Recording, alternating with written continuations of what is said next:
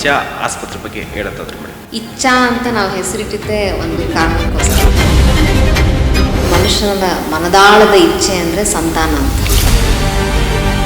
Visit ಮಾಡಿ ಹೋಗಿರೋರು, treatment ತಗೊಂಡು ಹೋಗಿರೋರು. We have registered close to about 8,000 patients. IVF deliveries 2,000 ಮೇಲೆ ಆಗಿರ್ಬೋದು. 10 ಪೇಷಂಟ್ಸಿಗೆ ನಾವು IVF ಮಾಡಿದ್ರೆ ಅದರೊಳಗಡೆ 6-7 ಜನಕ್ಕೆ ಪ್ರೆಗ್ನೆನ್ಸಿ ಆಗುತ್ತೆ. ಆ್ಯಂಡ್ ಬರೀ ಫೈನಾನ್ಷಿಯಲ್ಸ್ ಅಂತ ನಾವೇನು ನೋಡ್ಕೊಳ್ಳಲ್ಲ, ಅಂಥವ್ರಿಗೆಲ್ಲ ನಾವೇ ಕೈ ಬಿಚ್ಚಿ. ಮದುವೆ ಆಗಿ 15 ದಿವಸಕ್ಕೇನೆ ಪ್ರೆಗ್ನೆಂಟ್ ಆಗಿ, ಇದು ಸಾಧ್ಯನಾ ಅಂತ. ಯಾವತ್ತು ಎಗ್ ರಿಲೀಸ್ ಆಗುತ್ತೋ ಆವತ್ತೇ ಅವಳು ಫಸ್ಟ್ ನೈಟ್ ಇರುತ್ತೆ. ಮಕ್ಕಳಾಗಲೇಬೇಕು ಅಂತ ಸೆಕ್ಷುವಲ್ ಲೈಫ್ನ ನಾವು ಪ್ಲ್ಯಾನ್ ಮಾಡ್ಕೊತೀವಿ ಅಂತಂದರೆ ಯಾವ ಒಂದು ಟೈಮ್ ಸೇರಬೇಕು, ಯಾವ ಏಜ್ಗೆ ಮದುವೆ ಆಗೋದು ಬೆಟರ್, ಯಾವ ಏಜ್ಗೆ ಮಕ್ಕಳು ಮಾಡ್ಕೊಳೋದು ಬೆಟರ್ ಮೇಡಮ್. ಪ್ರೆಗ್ನೆನ್ಸಿ ಟೈಮಲ್ಲಿ ಗಂಡ ಹೆಂಡತಿ ಸೇರ್ಬೋದಾ? ಮಗು ಆದಮೇಲೆ ಇಷ್ಟು ಗಂಟೆ ಒಳಗಡೆ ತಾಯಿ ಎದೆ ಅನ್ನ ಕುಡಿಸ್ಬೇಕು ತಕ್ಷಣ. ನಮಸ್ತೆ, ನ್ಯಾಷನಲ್ ಟಿವಿಯ ಪಾಡ್ಕ್ಯಾಸ್ಟ್ ಸೀರೀಸ್ಗೆ ತಮ್ಮೆಲ್ಲರಿಗೂ ಸ್ವಾಗತ. ನಾನು ಶಿವಪ್ರಸಾದ್ ಮಾಗಡಿ. ಇವತ್ತಿನ ನಮ್ಮ ಪಾಡ್ಕ್ಯಾಸ್ಟ್ ಸೀರೀಸ್ನಲ್ಲಿ ಯಾವ ವಿಚಾರದ ಬಗ್ಗೆ, ಯಾವ ಅತಿಥಿ ಜೊತೆ ಮಾತನಾಡ್ತಾ ಇದ್ದೀವಿ, ಇದು ಬಹಳ ಈಗಿನ ದಿನಮಾನಗಳಲ್ಲಿ ಪ್ರತಿಯೊಬ್ಬರು ಈ ವಿಚಾರವನ್ನು ತಿಳ್ಕೊಳ್ಳೇಬೇಕು. ಇದರಲ್ಲಿರುವಂಥ ಸಮಸ್ಯೆಗಳು, ಸೊಲ್ಯೂಷನ್ನ ನೀವು ಕಂಡುಕೊಳ್ಳೇಬೇಕು, ಪ್ರಿಕಾಷನ್ ಅಂತೂ ತೆಗೆದುಕೊಳ್ಳೇಬೇಕು. ಆ ಒಂದು ವಿಚಾರದ ಬಗ್ಗೆ ನಾವಿವತ್ತು ನಮ್ಮ ಗೆಸ್ಟ್ ಜೊತೆಯಲ್ಲಿ ಮಾತನಾಡ್ತಾ ಇದ್ದೀವಿ. ವಿಚಾರ ಏನು ಅಂತ ಫಸ್ಟ್ ಹೇಳಿಬಿಡ್ತೀನಿ.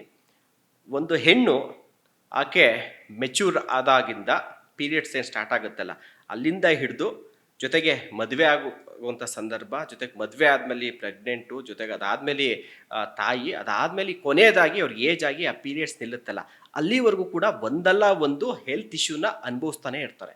ಬರ್ತಾ ಬರ್ತಾ ಈ ಸಮಸ್ಯೆ ಹೆಚ್ಚಾಗ್ತಾ ಇದೆ. ಇದಕ್ಕೆ ಇರುವಂಥ ಸೊಲ್ಯೂಷನ್ಗಳೇನು, ನಮ್ಮಲ್ಲಿರುವಂಥ ಅದ್ರ ಬಗ್ಗೆ ಇರುವಂಥ ತಪ್ಪು ಕಲ್ಪನೆಗಳೇನು, ಜೊತೆಗೆ ಇದಾಗೋದಕ್ಕೆ ಏನು ಕಾರಣ, ಬಹಳ ಪ್ರಮುಖವಾಗಿ ಹೆಣ್ಮಕ್ಳು, ತಾಯಿದರು ಪ್ರಿಕಾಷನನ್ನು ಏನು ತೆಗೆದುಕೊಳ್ಬೇಕು, ಅದಕ್ಕೆ ಮೆಡಿಸಿನ್ಗಳನ್ನ ಏನು ತೆಗೆದುಕೊಳ್ಬೇಕು, ಇದೆಲ್ಲದ್ರ ಬಗ್ಗೆ ಮಾತಾಡೋದಕ್ಕೆ ನಮ್ಮ ಜೊತೆಗೆ ಈಗ ಇಚ್ಛಾ ಫರ್ಟಿಲಿಟಿ ಸೊಲ್ಯೂಷನ್ ಆ್ಯಂಡ್ ಡಯಾಗ್ನೋಸ್ಟಿಕ್ ಸಂಸ್ಥೆಯ ಮೆಡಿಕಲ್ ಡೈರೆಕ್ಟರ್ ಆದಂಥ, ಗೈನಕಾಲಜಿಸ್ಟ್ ಆದಂಥ ಡಾಕ್ಟರ್ ಮೇಖಲಾ ಅವರು ಇದ್ದಾರೆ. ಮೇಡಮ್ ನಮಸ್ತೆ. ನಮಸ್ತೆ. ಒಂದು ಕ್ಯೂರಿಯಾಸಿಟಿ ಮೇಡಮ್, ನನಗೆ ಫಸ್ಟು ಇದ್ರ ಬಗ್ಗೆ ಒಂದು ತಮ್ಮ ಹೆಸರಿನ ಮೀನಿಂಗ್ ತಿಳ್ಕೊಬೇಕು. ಯಾಕೆಂದರೆ ತಾವು ಮೇಖಲಾ ಅವರು, ಡಾಕ್ಟರ್ ಮೇಖಲಾ ಅವರು ಖ್ಯಾತ ಗುರುಜಿಗಳಾದಂಥ ನಮ್ಮ ದ್ವಾರಕಾನಾಥ್ ಗುರುಜಿಗಳೇನಿದ್ದಾರೆ, ಸೊ ಅವರ ಸುಪುತ್ರಿಯವರು. ಹೀಗಾಗಿ ಆ ಹೆಸರಿಟ್ಟಿದ್ದಾರೆ ಒಂದು ಅರ್ಥ ಇರುತ್ತೆ. ಆ ಅರ್ಥ ಹೇಳ್ಬಿಡಿ ಮೇಡಮ್ ನಂಗೆ ಸ್ಟಾರ್ಟಿಂಗ್. ನಮ್ಮ ತಂದೆ ನಾನು ಹುಟ್ಟಕ್ಕಿಂತ ಮುಂಚೆ ತುಂಬ ಬಾಲ ತ್ರಿಪುರ ಸುಂದರಿ, ಆಮೇಲೆ ಲಲಿತಾ ಪರಮೇಶ್ವರಿ ಆರಾಧನೆ ಮಾಡ್ತಾ ಇದ್ರು. ಸೊ ಅದರೊಳಗಡೆ ಲಲಿತಾ ಸಹಸ್ರನಾಮದಲ್ಲಿ ಬರುತ್ತೆ ಮೇಖಲಾ ಅಂತಂದ್ರೆ ಡಾಬ್. ಅದು ಅಂದ್ರೆ ಯಾವ ಅರ್ಥದಲ್ಲಿ ದೇವಿಗೆ ಹೇಳ್ತಾರೆ ಅಂದ್ರೆ, ಈ ಸಮುದ್ರದ ಆಳದಲ್ಲಿ ಇರ್ತಕ್ಕಂಥ ಮುತ್ತು, ರತ್ನ, ಪಚ್ಚೆ ಎಲ್ಲ, ಆಲ್ ದ ಪ್ರೆಷಸ್ ಸ್ಟೋನ್ಸ್, ಆ ಪ್ರೆಷಸ್ ಸ್ಟೋನ್ಸ್ ಎಂಬೆಡೆಡ್ ಡಾಬ್ನ, ಅದನ್ನ ಅದರಲ್ಲಿ ಸಮುದ್ರದಲ್ಲಿ ಇರ್ತಕ್ಕಂಥ ಎಲ್ಲಾ ಪ್ರೆಷಸ್ ಸ್ಟೋನ್ಸ್ನು ದೇವಿ ತನ್ನ ಸುತ್ತ ಡಾಬ್ ಆಗಿ ಹಾಕೊಳ್ತಾಳಲ್ಲ, ದಟ್ ಈಸ್ ಕಾಲ್ಡ್ ಎಸ್ ಮೇಖಲಾ. ಮೇಡಮ್, ನಿಮ್ಮ ಕೋರಮಂಗಲದಲ್ಲಿರುವಂಥ ಆಸ್ಪತ್ರೆ ಇಚ್ಛಾ ಫರ್ಟಿಲಿಟಿ ಸೊಲ್ಯೂಷನ್ ಆ್ಯಂಡ್ ಡಯಾಗ್ನೋಸ್ಟಿಕ್ ಸಂಸ್ಥೆ ಆಸ್ಪತ್ರೆ ವಿಚಾರಕ್ಕೆ ಬಂದರೆ, IVF ಮಾಡ್ತೀರಿ, IUI ಮಾಡ್ತೀರಿ. ಈ IUI ಅಂದ್ರೇನು, IVF ಅಂದ್ರೇನು ಮೇಡಮ್? ಎಷ್ಟೋ ಜನಕ್ಕೆ ಗೊತ್ತೇ ಇಲ್ಲ. IUI ಅಂದ್ರೆ ಇವಾಗ ಒಂದು ಗಂಡ ಹೆಂಡತಿನಲ್ಲಿ ಒಂದು ವೇಳೆ ಆ ಗಂಡಸಿಂದು ವೀರ್ಯಾಣು ಅಂಶದಲ್ಲಿ ಕ್ವಾಲಿಟೇಟಿವ್ ಮಾರ್ಕರ್ಸ್ ಏನಾರ ಕಡಿಮೆ ಇದ್ರೆ, ಕ್ವಾಂಟಿಟಿ ಅಲ್ಲ, ವೀರ್ಯಾಣುಗೆ 3 ಅಂಶ ಇರುತ್ತೆ ಆಯ್ತಾ, ಒಂದು ಕೌಂಟ್ 16 ಮಿಲಿಯನ್ ಮೇಲೆ ಇರ್ಬೇಕು. ಮೋಟಿಲಿಟಿ ಅಂದ್ರೆ ಚಟುವಟಿಕೆ, ಅದು ಸೀದಾ ಬರ ಅಂತ ಈಜ್ಕೊಂಡು ಮೇಲೆ ಹೋಗ್ಬೇಕಲ್ಲ, ಚಟುವಟಿಕೆ ಒಂದು 42% ಇರ್ಬೇಕು. ಮಾರ್ಫಾಲಜಿ ಅಂತಂದ್ರೆ ಹೆಡ್ ಸ್ಟ್ರಕ್ಚರ್, ಅದು ಚೆನ್ನಾಗಿ ಕೋನಿಕಲ್ ಶಾರ್ಪ್ ಹೆಡ್, ಆ ತರದ್ದು 4ರಿಂದ 15% ಇದ್ರೆ ಅಂತವ್ರಿಗೆ ನಾರ್ಮಲ್ ಪ್ರೆಗ್ನೆನ್ಸಿ ಆಗುತ್ತೆ.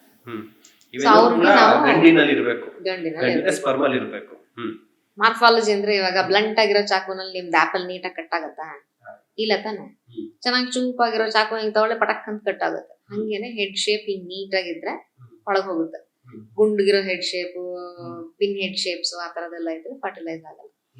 ಸೊ ಮಿಕ್ಸ್ಡ್ ಇರತ್ತಲ್ವಾ, ಈ ತರ ಯಾವಾಗಾರ ಇವಾಗ ಒಂದು ಗಂಡಸಿಗೆ ಇಲ್ಲ ಚಟುವಟಿಕೆ ಕಡಿಮೆ ಇದ್ದು, ಕೌಂಟ್ ಒಂಚೂರು ಬಾರ್ಡರ್ ಲೈನ್ ಕಡಿಮೆ ಇದ್ರೆ, ಅಥವಾ ಮಾರ್ಫಾಲಜಿ ಅಂದ್ರೆ ಹೆಡ್ ಶೇಪ್ಸ್ ಕಡಿಮೆ ಇದ್ರೆ, ಅಂತವ್ರಿಗೆ you prepare the sperm. Density gradient ಅಂತ ಅಥವಾ ಸ್ವಿಮ್ ಅಪ್ ಅಂತ 2 ತರ ಪ್ರಿಪರೇಷನ್ ಇರುತ್ತೆ. ಸೊ ಅದ್ರೊಳಗಡೆ ಚೆನ್ನಾಗಿರೋ ಸ್ಪರ್ಮ್ಸ್ ನ ಹೆಚ್ಚಿನ ಸ್ಪರ್ಮ್ಸ್ ಚೆನ್ನಾಗಿರೋದೇ ಬರೋ ಹಾಗೆ ಆಯ್ಕೆ ಮಾಡಿಕೊಂಡು ಅದನ್ನ around the time of ovulation, ಯಾವಾಗ ಮೊಟ್ಟೆ ಬಿಡುಗಡೆ ಆಗತ್ತೆ ಅನ್ನೋಂಥ ಸಮಯದಲ್ಲಿ ಅಥವಾ ಮೊಟ್ಟೆ ಜಸ್ಟ್ ಬಿಡುಗಡೆ ಆಗಿದೆ ಅನ್ನೋಂಥ ಸಮಯದಲ್ಲಿ ಕೃತಕವಾಗಿ ಒಂದು ಕ್ಯಾಥೆಟರ್ ಮುಖಾಂತರ ಆ ವೀರ್ಯಾಣುನ ಗರ್ಭಾಶಯದ ಒಳಗಡೆ ರಿಲೀಸ್ ಮಾಡೋದಕ್ಕೆ IUI ಅಂತ ಹೇಳ್ತೀವಿ. ವಾಪಸ್ಸು ಆ ಸ್ಪರ್ಮ್ ಅದೇ ಟ್ಯೂಬ್ ಒಳಗಡೆನೆ ಹೋಗ್ಬೇಕು, ಅದಾಗದೆ ಸ್ವಸಾಮರ್ಥ್ಯದಿಂದ ಎಗ್ನ ಫರ್ಟಿಲೈಸ್ ಮಾಡಬೇಕು. ಸೊ ಮಿಕ್ಕಿದ ಪ್ರೊಸೆಸ್ ಎಲ್ಲ ನ್ಯಾಚುರಲ್ ಪ್ರೆಗ್ನೆನ್ಸಿಲಿ ಹೆಂಗಾಗತ್ತೋ ಹಾಗೆ ಆಗುತ್ತೆ. There is one more thing, okay, and these days it is very common. We call it in medical language as non-consummation of marriage. ಮದುವೆ ಆಗಿ 5 ವರ್ಷ ಆಗಿರುತ್ತೆ, 10 ವರ್ಷ ಆಗಿರುತ್ತೆ, ಬಟ್ ಅವರು ಸಕ್ರಿಯವಾಗಿ ಏನು ಮಾಡ್ತಾ ಇರಲ್ಲ. ಇನಿಷಿಯಲ್ ಪಾರ್ಟ್ ಆಫ್ ಮ್ಯಾರೇಜ್ ಅಲ್ಲಿ most of their histories was, ನಾವು ಮನೇಲಿ ಅವ್ರು ನೋಡ್ಕೊಳ್ತಾ ಇದ್ವಿ, ಇವ್ರನ್ನ ನೋಡ್ಕೊಳ್ತಾ ಇದ್ವಿ, ಯಾವ್ದೋ ಆಕ್ಸಿಡೆಂಟ್ ಆಯ್ತು, ಮತ್ತೊಂದಾಯ್ತು, ಕೆರಿಯರ್ ಅಲ್ಲಿ ಇದ್ವಿ, ಅವ್ರೊಬ್ರು ಬೇರೆ ದೇಶದಲ್ಲಿ ಇದ್ವಿ. So they would have lost that interest in having a sexual intercourse, and it is associated with pain. Sometimes ಹೆಣ್ಮಕ್ಳಿಗೆ vaginismus ಅಂತ ಒಂದು ಕಂಡೀಷನ್ ಇರುತ್ತೆ, where they get scared of the whole act. They don't feel like. So ಇಂಥ conditions ಅಲ್ಲೂ obviously ಫಸ್ಟೇ ಬಂದ ತಕ್ಷಣ ಯಾರಿಗೂ ಬನ್ನಿ ಅಂತ ಮಲಗಿಸಿ IUI ಮಾಡಲ್ಲ. ಇದಕ್ಕೆ ಕೆಲವೊಂದಕ್ಕೆ we can treat it surgically, ಜಾಗ ತುಂಬಾ ಚಿಕ್ಕದಾಗಿದ್ರೆ ಅದಕ್ಕೆ ಸರ್ಜರೀಸ್ ಇರುತ್ತೆ.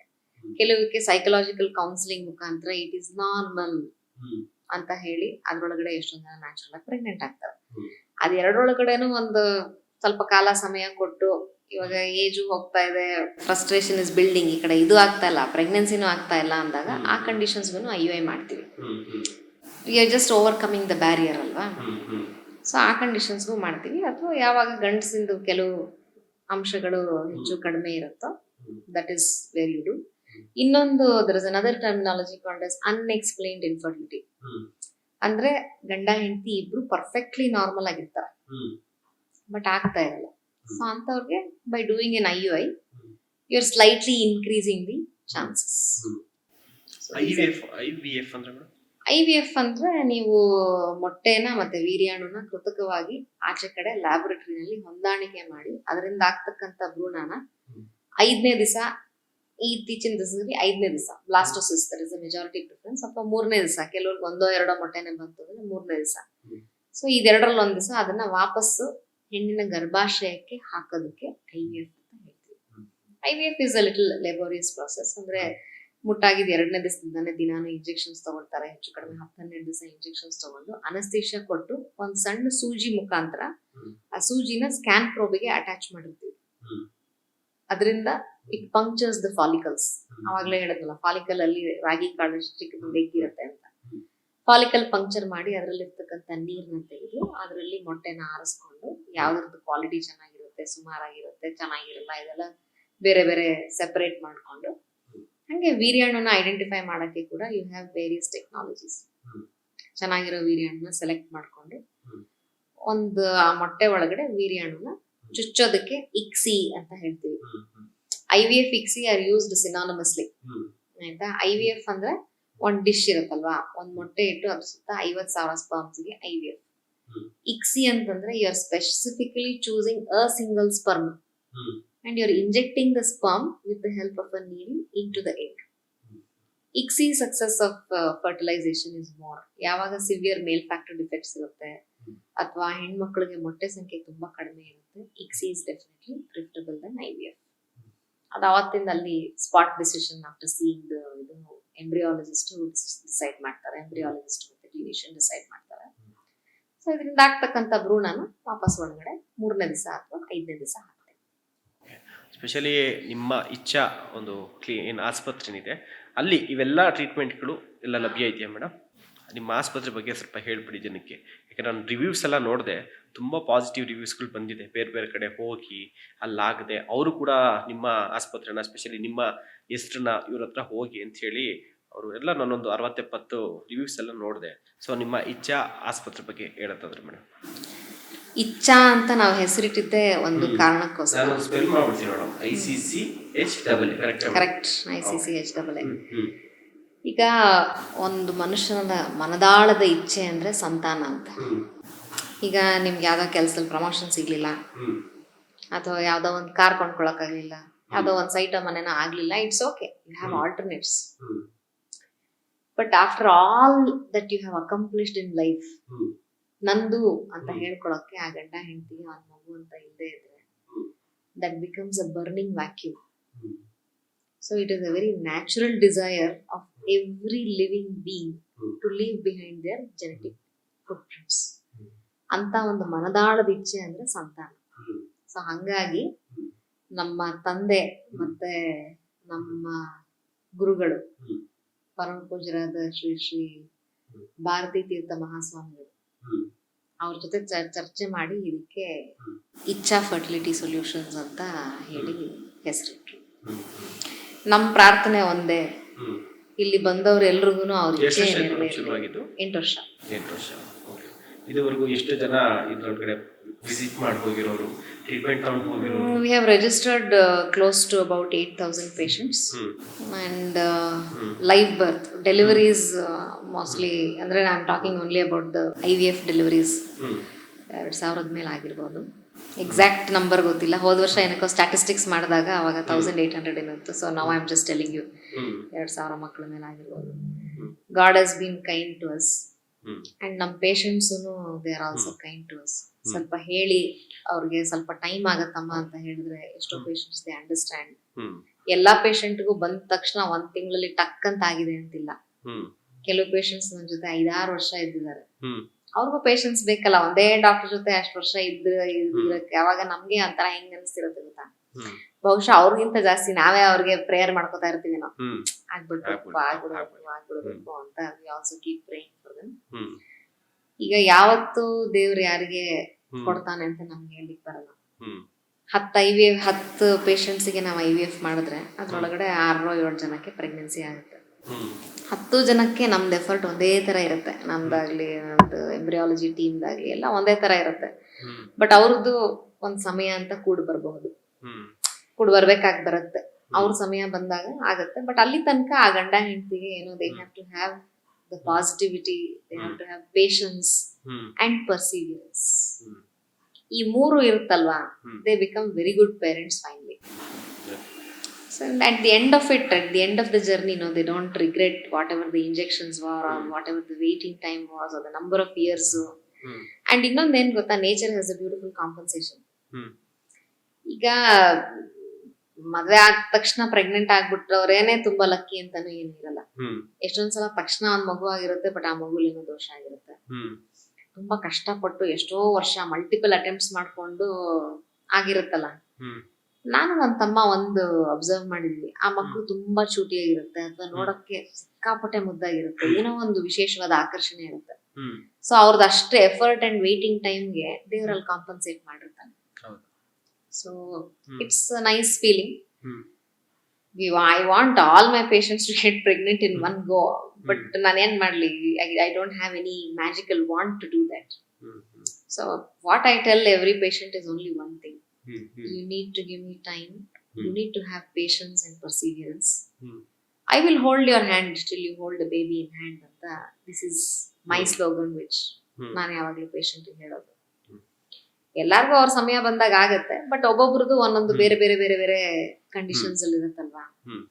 ಅಂಡ್ ಇದ್ರೊಳಗಡೆ ಏನ್ ಮಾಡ್ತೀರಾ, I would want to give the patient only a good news, but I have to tell them the honest news. ಒಂದ್ಸಲ ಭ್ರೂಣ ಚೆನ್ನಾಗಿ ಬಂದಿರಲ್ಲ, ಮತ್ತೊಂದ್ಸಲ ಮಾಡ್ಬೇಕಾಗತ್ತೆ.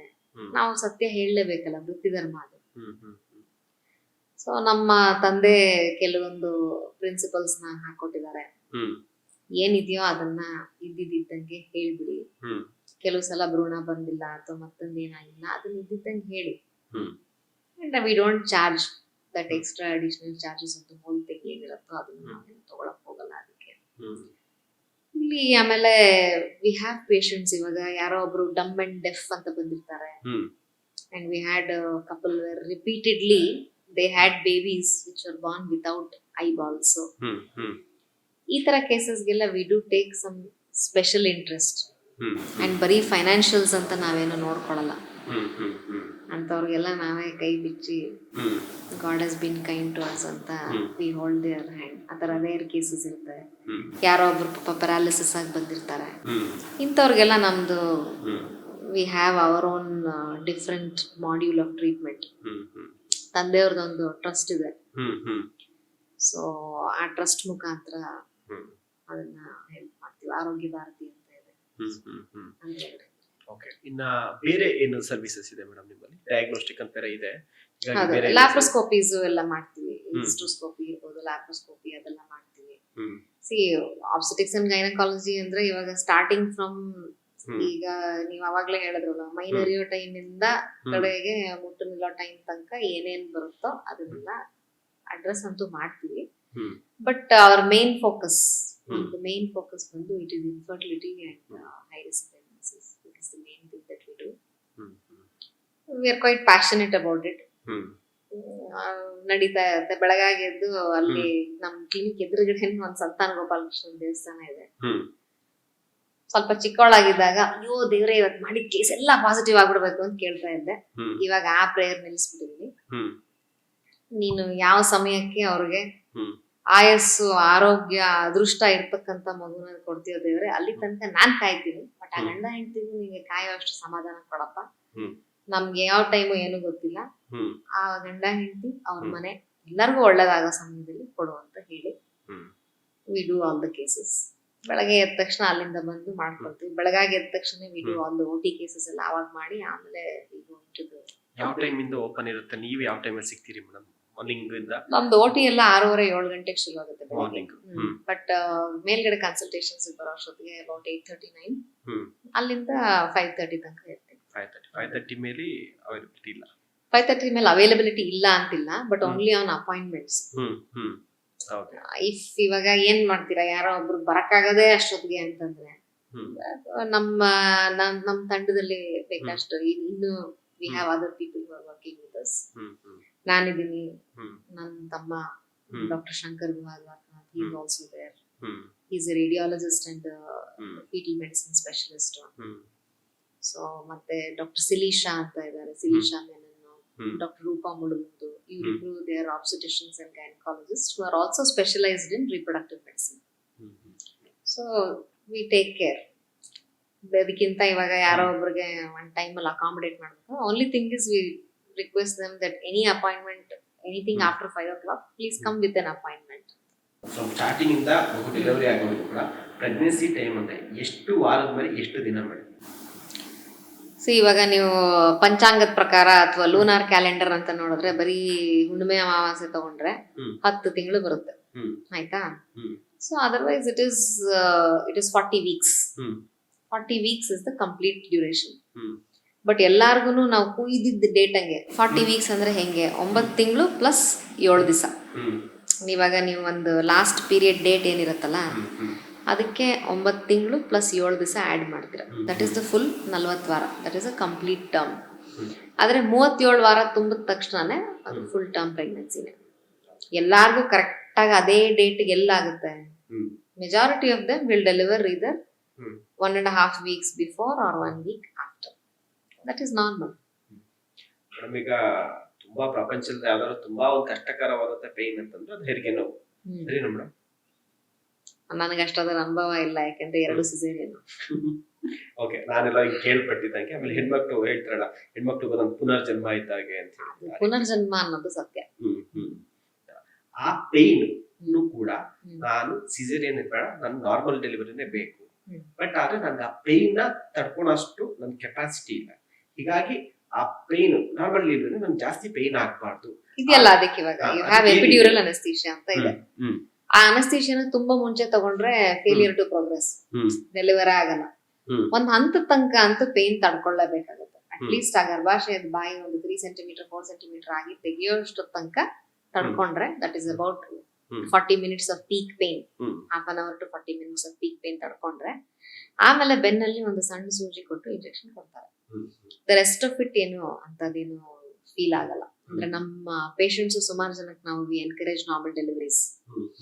ಅವರೆಲ್ಲ ಬಂದು ಹೇಳ್ತಾರಲ್ಲ ಫಸ್ಟ್, ಅಯ್ಯೋ ಮೇಡಮ್ ಫುಲ್ ಹೆದರ್ಕೊಂಡ್ಬಿಟ್ಟಿದ್ವಿ ಏನಾಗುತ್ತೋ ಅಂತ, ಬಟ್ ಇಟ್ ವಾಸ್ ಕಂಫರ್ಟಬಲ್ ಅಂತ. Everything has its own pain. Caesarean anaesthesia ಕೊಟ್ಟಿರೋದ್ರಿಂದ ಆ ಗಳಿಗೆಗೆ ನಿಮ್ಗೆ ಪೇನ್ ಗೊತ್ತಾಗದೇ ಇದ್ರು ಆಮೇಲೆ 7 ದಿವಸ ನೀವು ಎದ್ದಾಗ ಕೂತಾಗ ಎಲ್ಲ ಏನೋ ಬಿದೋಗ್ತಾ ಇದೆ ಅಂತ ಅನ್ಸ್ತಾ ಇರುತ್ತೆ. And getting back to normal work ಅಷ್ಟು ಫಾಸ್ಟರ್ ಆಗಿರಲ್ಲ. ಆ ಕಟ್ ಇಸ್ ಅ ಕಟ್ ಅಲ್ವಾ. You have to take care of the wound, infections ಎಲ್ಲ ಇರ್ತವೆ. ಬಟ್ ಇಟ್ಸ್ ನಾಟ್ ಸಿ ಹಿಂಗೇ ಡೆಲಿವರ್ ಆಗ್ಬೇಕು ಹಂಗೇ ಡೆಲಿವರ್ ಆಗ್ಬೇಕು ಅಂತ that should not be the mind fix. Delivery should be safe. Safe ಅಂದ್ರೆ ಏನಪ್ಪಾ, ಆ ತಾಯಿಗೂ ಸೇಫ್ ಆಗಿದ್ದು ಆ ಮಗುನು ಸೇಫ್ ಆಗಿ ಆಚೆ ಬಂತು ಅಂದ್ರೆ ಮಾಡಿದ್ದಕ್ಕೂ ಸಾರ್ಥಕ ಅಂತ. That is my definition of safe. ಈಗ ನಾರ್ಮಲ್ ಡೆಲಿವರಿಗೆ ಟ್ರೈ ಕೊಡ್ತಾ ಇರ್ತೀವಿ, ಸಡನ್ ಆಗಿ ಮಗುದು ಹಾರ್ಟ್ ರೇಟ್ ಕಡಿಮೆ ಆಯ್ತು ಅಥವಾ ತಾಯಿಗೆ ಏನೋ ತುಂಬಾ ಜಾಸ್ತಿ ಬ್ಲೀಡಿಂಗ್ ಶುರು ಆಯ್ತು, ಅವಾಗ ಏನೇ ಆದ್ರೂ ನಾರ್ಮಲ್ ಡೆಲಿವರಿನೇ ಮಾಡ್ಬೇಕು ಅಂತಂದ್ರೆ ಈ ತರ ಒಬ್ಬರಿಗೆ ಅಪಾಯ ಆಗುತ್ತೆ. So you change the plan and do caesarean. So ಈ ತರ it's not a fixed thing. ಅವತ್ತಿನ ದಿನ ಅವತ್ತಿನ ಸಂದರ್ಭ ಹೆಂಗ್ ಬರುತ್ತೆ ಅಂಡ್ ನೀವು ನಾರ್ಮಲ್ಗೆ ಅಂತ ತಗೊಂಡ್ ಹೋದ್ಮೇಲೂ ಆಮೇಲೆ ನೆಕ್ಸ್ಟ್ 3-4 ಅವರ್ಸ್ ಅಲ್ಲಿ ಏನೇನ್ ಆಗತ್ತೆ ಅನ್ನೋದು ಹಿಂಗೋ ಹಂಗೋ ಅಂತ ಅದು ಡಿಸೈಡ್ ಮಾಡುತ್ತೆ. ಬಟ್ ನಾರ್ಮಲ್ ಡೆಲಿವರೀಸ್ಗೆ ಎನ್ಕರೇಜ್ ಮಾಡಬೇಕು. ಎಸ್ಪೆಷಲಿ ಯಂಗ್ಸ್ಟರ್ಸ್ ಎಲ್ಲ ಇರ್ತಾರಲ್ವಾ, ಅವ್ರಿಗೆಲ್ಲ ಹೇಳ್ಬೇಕು ನಾರ್ಮಲ್ ಡೆಲಿವರಿ ಪ್ರಯತ್ನ ಅಂತೂ ಪಡ್ಬೇಕಲ್ವಾ. ಈಗೇನಾಗ್ಬಿಟ್ಟಿದೆ, ಎಲ್ಲಾರ್ಗು ಹುಟ್ಟಕ್ಕಿಂತ ಮುಂಚೆನೆ ಹಾರೋಸ್ಕೋಪ್ ರೆಡಿ ಮಾಡಿ ಇಟ್ಕೊಂಡ್ ಬಂದ್ಬಿಡ್ತಾರೆ. ಅವ್ರಿಗೆ ಈ ಗಳಿಗೆಗೆ ಈ ಡೇಟ್ಗೆ ಇಷ್ಟೊತ್ತಿಗೆ ಬೇಕು ಅಂತ ಫಿಕ್ಸ್ ಮಾಡ್ಕೊಂಡು ಬಂದಿರ್ತಾರೆ. ಅದು ಒಳ್ಳೇದಾ ಮೇಡಮ್? ಈ ಡೇಟ್ಗೆ ಲಕ್ಕಿ ಡೇಟು ಲಕ್ಕಿ ಟೈಮ್ ಅಂತ ಮಾಡ್ತಾರಲ್ಲ, ಅದು ಒಳ್ಳೇದಾ ಅದು actually? If you ask me personally, I don't think so. ಇದೆಲ್ಲ ಇವಾಗ ನಾವು ಮನುಷ್ಯ ಮಾತ್ರ ನಾವ್ ಎಷ್ಟ್ ಮಹಾ ಚೂಸ್ ಮಾಡ್ತೀವಿ. ನಮಗಿಂತ ದೈವ ನಮಗೇನ್ ಚೂಸ್ ಮಾಡಿರುತ್ತಲ್ವ, ದೇವ್ರು ನಮಗೆ ಅಂತ ಏನ್ ನಿರ್ಧಾರ ಮಾಡಿರ್ತಾನೋ ಆಕ್ಚುಲಿ ನಮ್ ಲೈಫ್ಗೆ ಅದು ಬೆಟರ್ ಆಗಿರುತ್ತೆ. But you get that understanding only a little later. ಇವಾಗ ಯಾವ್ದೋ ಒಂದ್ ಘಟನೆ ಆಗಿರುತ್ತೆ, ಅವತ್ತು you would have cribbed about it like anything. So ಇದು ಯಾಕಾರ ಹಿಂಗಾಯ್ತು ಅಂತ ಒಂದಷ್ಟು ವರ್ಷ ಆದ್ಮೇಲೆ ಹಬ್ಬ ಸದ್ಯ ಅವತ್ತು ಹಂಗಾಗಿದ್ದೇ ಒಳ್ಳೇದು ಅಂತ ರಿಯಲೈಸ್ ಮಾಡ್ಕೊಂತೀವಿ. But you have to endure it at that time. Of course it is a personal choice. ಇವಾಗ ನಾನು ಅದ್ರೊಳಗೆ ಹೇಳೋಂಥದ್ದೇನು ಇರಲ್ಲ. ಈಗ ಯಾರಿಗೋ ಒಬ್ರಿಗೆ ಮದುವೆ ಆಗಿ 18 ವರ್ಷ ಆದ್ಮೇಲೆ ಒಂದ್ ಮಗು ಆಗ್ತಾ ಇದೆ, ಏನೇ ಆದ್ರೂ normal delivery is ruled out. ಈಗ ಕಾಲ್ ಕೆಳಗಡೆ ಇದೆ, ತಲೆ ಮೇಲ್ಗಡೆ ಇದೆ ಇನ್ನೊಂತ ಕೇಸ್ಗೆ ಡೆಫಿನೆಟ್ಲಿ ನಾರ್ಮಲ್ ಡೆಲಿವರಿ ಮಾಡಲ್ಲ. ಸಿಸೇರಿಯನ್ ಮಾಡ್ತಿರೋದೇ ಹೌದು ಅಂದಾಗ ಅವ್ರಿಗೆ ಆಯ್ತಪ್ಪ, ಇವಾಗ ಈ 4 ದಿವಸದೊಳಗೆ ನಿನ್ಗೆ ಯಾವ ಡೇಟ್ ಬೇಕೋ ಹೇಳಿದ್ರೆ ಮಾಡ್ತೀವಿ ಅನ್ಬೋದು.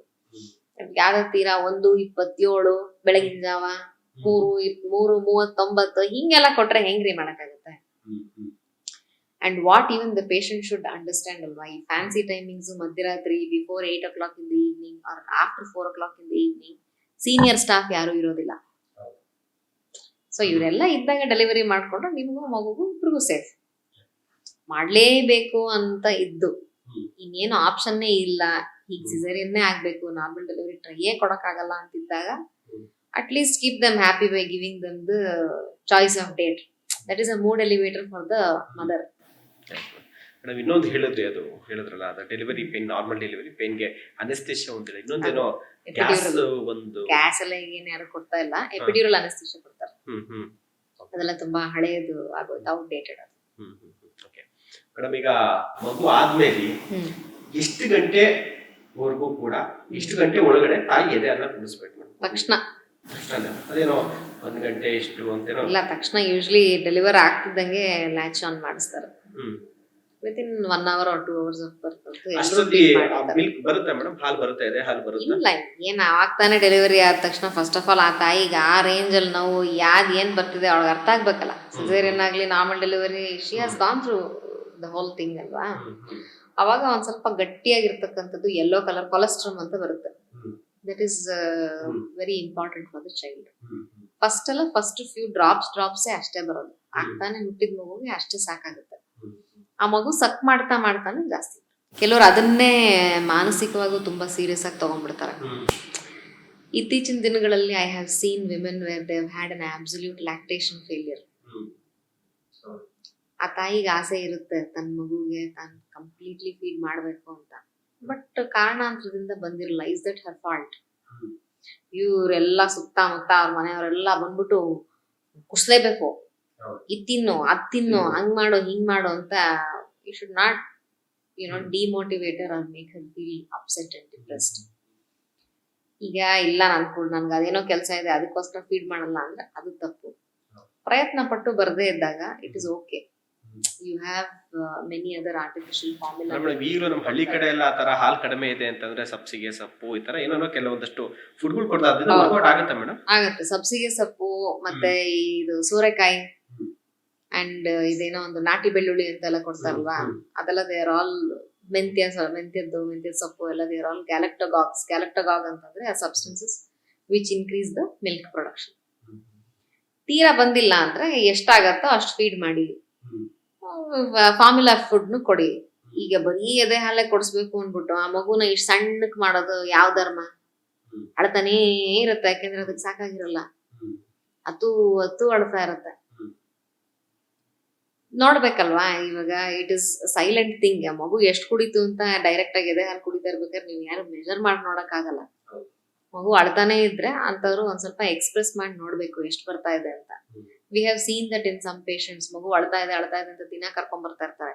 ಫೀಡ್ ತಗೋತಾ ಇದ್ರೆ ಚೆನ್ನಾಗಿ ತಗೋತಾ ಇದೆ, ಬಿಡೋದೇ ಇಲ್ಲ ಅಂದ್ರೆ ನಮ್ಗೆ ಅವಾಗ್ಲೇ ಇಂಡಿಕೇಶನ್ ಗೊತ್ತು, ಹಂಗಾರೆ ಸಫಿಶಿಯಂಟ್ ಇಲ್ಲ ಅಂತ. ಅವಾಗ ಬ್ರೆಸ್ಟ್ ಪಂಪ್ ಹಾಕಿ ನೋಡಿದ್ರೆ ಹಾರ್ಡ್ಲಿ 5 ml 10 ml ಅದ ಮಗು ಎಲ್ಲಿಂದ ಸಾಲ್ತಾ ಇತ್ತು.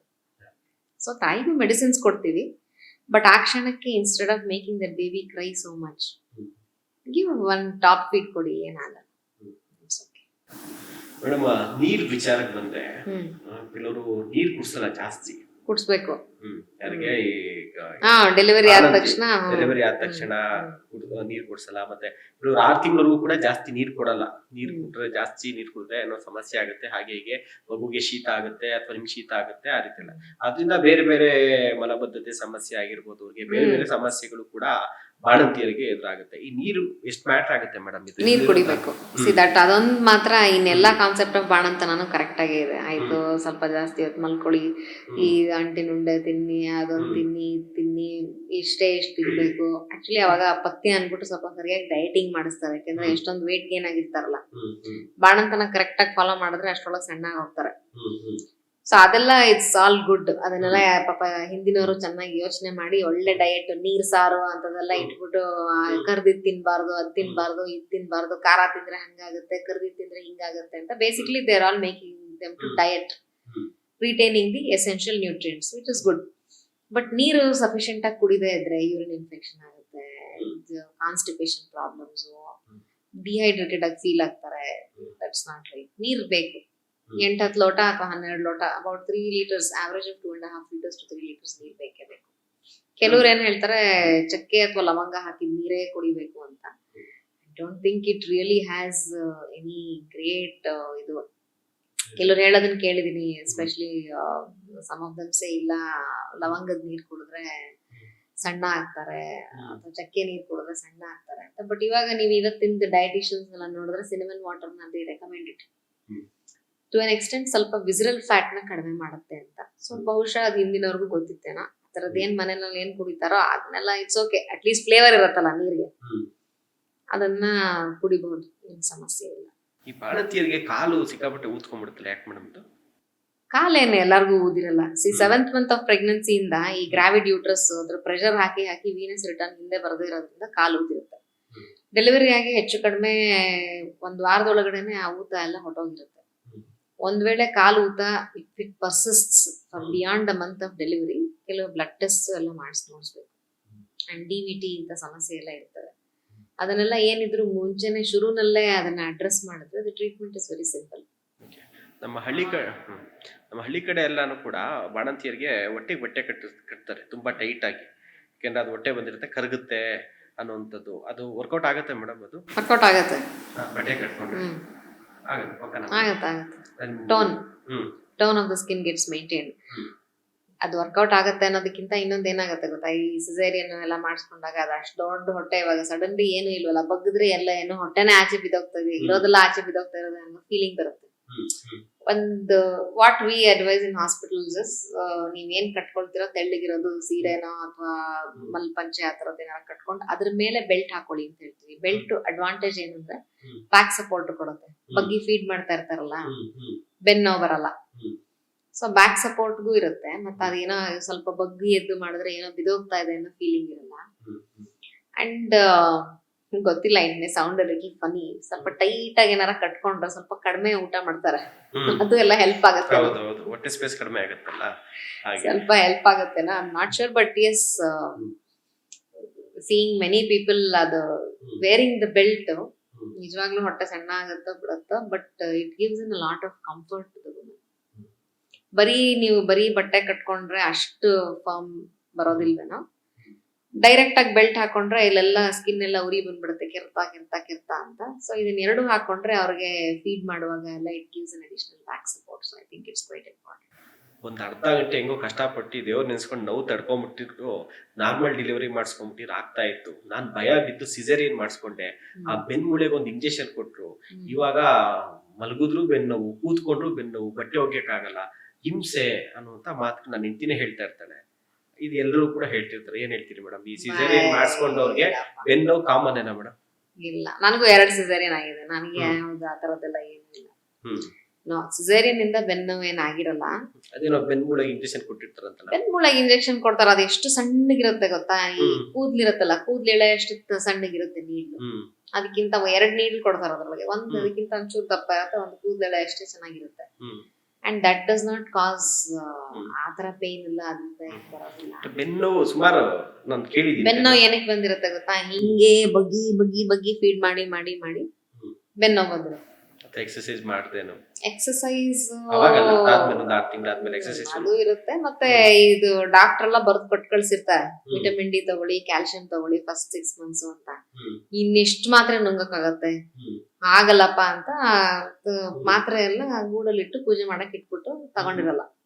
ಅದ್ರಿಂದ ಬಂದಿರುತ್ತೆ. ಪೊಸಿಷನ್ ರಾಂಗ್ ಇರುತ್ತೆ, ಅದ್ರಿಂದ ಬಂದಿರುತ್ತೆ ಅಷ್ಟೇ. ಮತ್ತೆ ಎಷ್ಟೊಂದ್ ಜನಕ್ಕೆ ಆ ಟೈಮಲ್ಲಿ ಅವ್ರ ಕೇರ್ ತಗೊಳಕ್ ಆಗಿರಲ್ಲ. ಎಲ್ಲಾರ್ಗುನು ಅವ್ರ ಅಮ್ಮನೋ ಅತ್ತೆನೋ ಬಂದ್ ನೋಡ್ಕೊಳಕ್ ಆಗುತ್ತಾ? ಲವ್ ಮ್ಯಾರೇಜ್ ಆಗಿದ್ದಾರೋ 2 ಮಗು ಇದ್ರೆ ಆ ಮಗುನ್ ಸ್ಕೂಲ್ ಕಳ್ಸ್ಬೇಕು, ಬಗ್ಗಿ ಎದ್ದು ಮಾಡ್ಬೇಕು, ಅದು ಚಿಕ್ಕದಿರುತ್ತೆ. ಗಂಡ ಒಂದ್ ಕಡೆ ಹೊರಡ್ತಿರ್ತಾರ, ಈ ಮಗು ಪಯ್ಯ ಅಂತ ಇರುತ್ತೆ. So they neglect their own health. So that is why I said wearing that belt back support ಕೊಡುತ್ತೆ.